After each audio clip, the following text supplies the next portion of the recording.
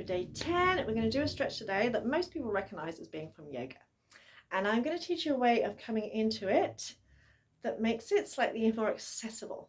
I want you to think of your legs as being rear wheel drive. And again, if you have any wrist issues, the trick is to come in and out of it rather than try and stay in it. So yesterday we did cat pose.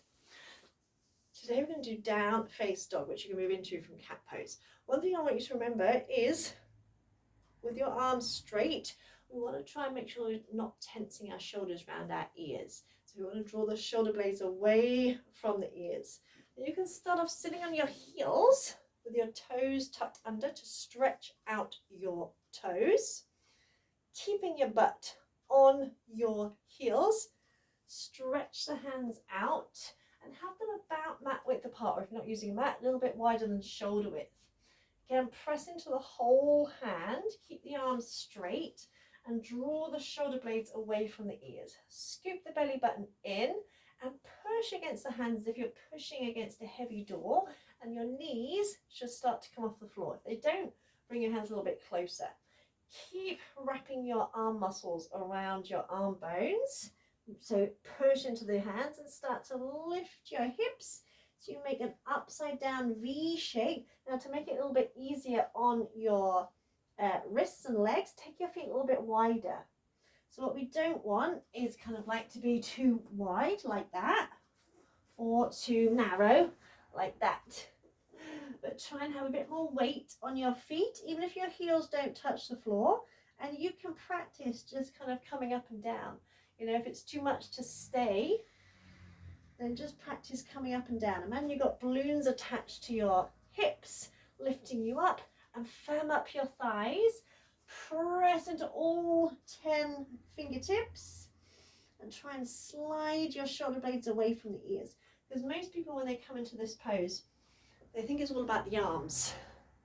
If you think of your legs doing more of the work, and it's a whole body stretch, and it's a very energizing, rejuvenating, balancing pose.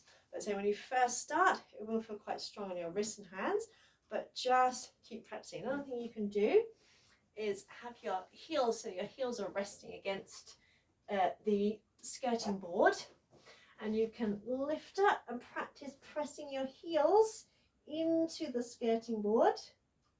And again, you can come up and down in the pose.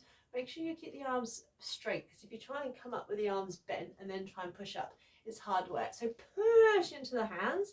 So if you're pressing against that heavy door, lift your hips.